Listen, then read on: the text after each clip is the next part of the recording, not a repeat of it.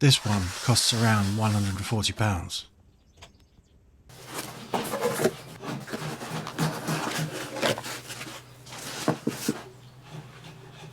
This one costs around £200. So this should be an easy review.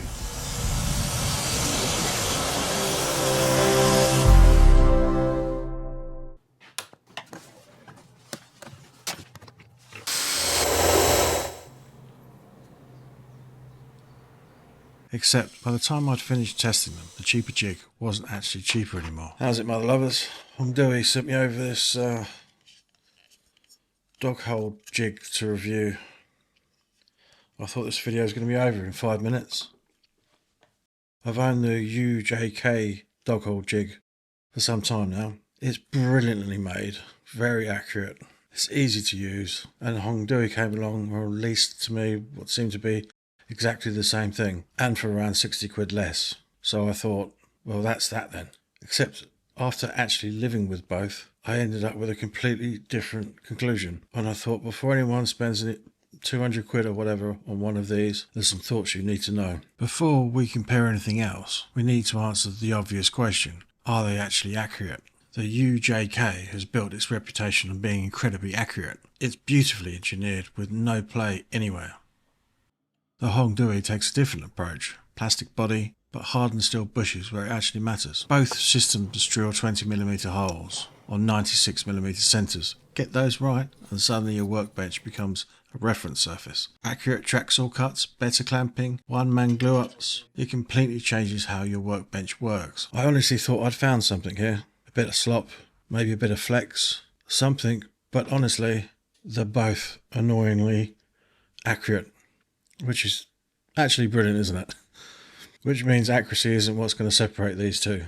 For me, accuracy is a draw. I generally can't split them. So accuracy isn't deciding this test. So what is? Well, the next test changed my mind completely. So if accuracy isn't deciding this test, what is? Well, the next test completely changed my opinion. This is where I thought the Hongdui was going to walk away with it. The UJK lets you drill 10 holes before moving the jig. The Hongdui lets you drill 24, more than double. So you'd naturally think the Hongdui would be quicker. But both systems still need the same 2 reference holes to get started. Once it's set, the UJK is actually surprisingly quick. The Hongdui though, this is generally clever. Or is it?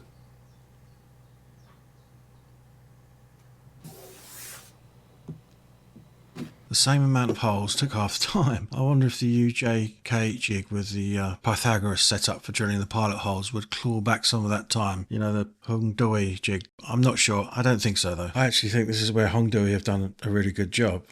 It's ridiculously quick to throw onto the bench. If you've only got a handful of holes to drill, I find this Hongdui jig's going to be the one you're going to go to. It's certainly probably the one I'd grab. It has to be said, these Forstner bits were night and day different. The UJK bit cut like butter.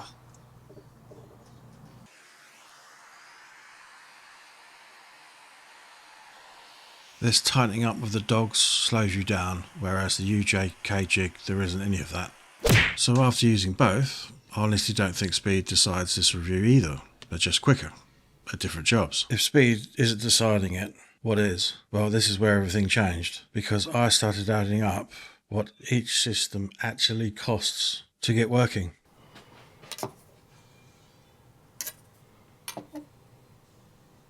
Right, this is where my whole opinion changed. The Hongdui costs around £140, but unless you've already got 6 20mm dogs, you'll need these too, and we're still not finished.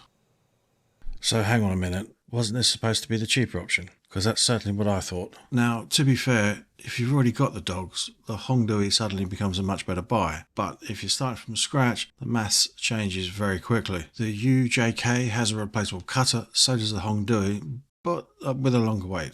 Now this little thing is worth every penny. Whatever system you buy, chamfer your holes. Go nice and slow, don't pile drive it through the hole. Just let the cutter do the work. This is also where I'd say don't pepper your workbench with dog holes. Only drill what you actually need. If 6 months later you need more, drill them. That's exactly what these jigs are for. And while we're talking benches, these little caps are brilliant. They stop every shaving in the workshop disappearing down the holes. They're a snug fit though, so a little magnet makes life a little bit easier. One last thing to think about, if you're planning on making 1 or 2 MFT tops in your entire life, I'd seriously look at just buying a replacement top instead. Because when you start spending 250 quid on jigs, you have to ask yourself, does that actually make financial sense? Or would you rather spend that money on timber or another tool? So if this review was only about price, the answer isn't actually as straightforward as I expected. So which one would I actually buy? That's where opinions start getting interesting. If money wasn't part of the equation, I'd honestly struggle to choose. They're both incredibly well thought out, they're both accurate, they're both well made, and both companies should be proud of what they've produced. But money is a part of the equation, and that's why, for me, I'd still buy the UJK. Simply because once I added everything the Hongdui actually needed, it wasn't the cheaper system anymore. Now, if you've already got 6 20mm bench dogs, that changes things completely. The Hongdui suddenly becomes a very, very interesting bit of kit. So don't take my verdict as gospel.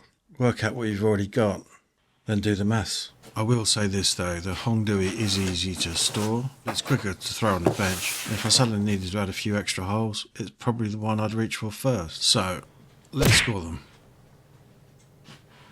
Well, that's another 5 dim sum for both of them. They're both fantastic bits of engineering. They both do exactly what they were designed to do, and I'd happily recommend either of them, as long as you understand the real costs before clicking buy now.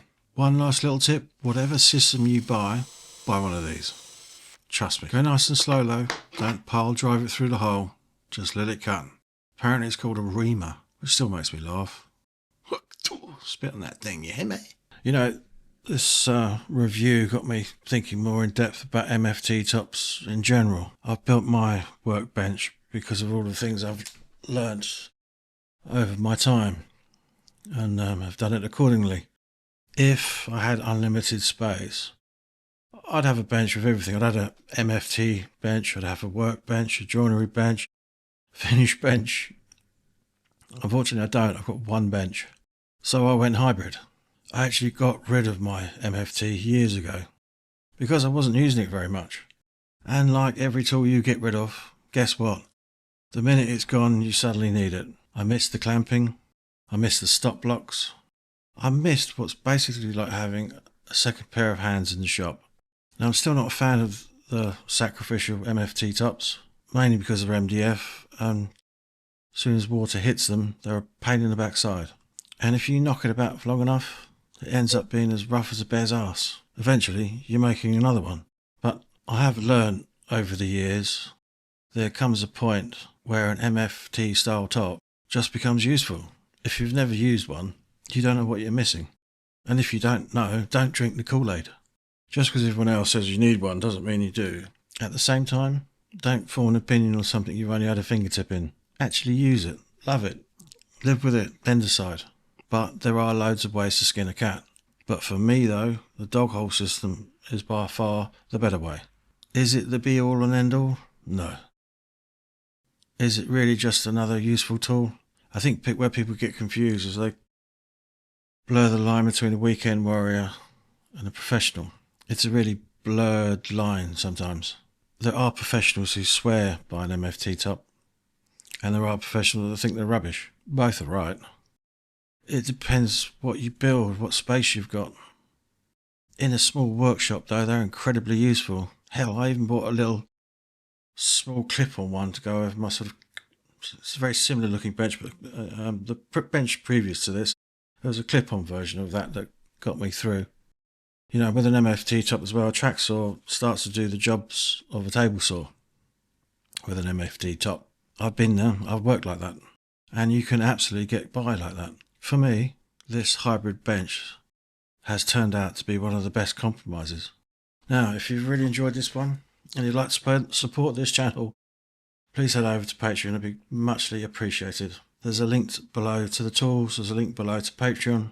It generally helps keep getting videos like this going. Thank you to everyone for supporting this channel already too. Till next time, be lucky, mother lovers. I got one more thing. I nearly forgot this. Anyway, If you need exact dog holes in between said holes, you have this feature to use. The UJK jig though has 32mm and 48mm distances. The Hongdui though only has a 48mm centre. I've never used this, and I can only guess this would be good for, you say, your vice dog option. So if you like the cut of my jib, please like and subscribe, share if you're really feeling kinky, and we'll see each other again.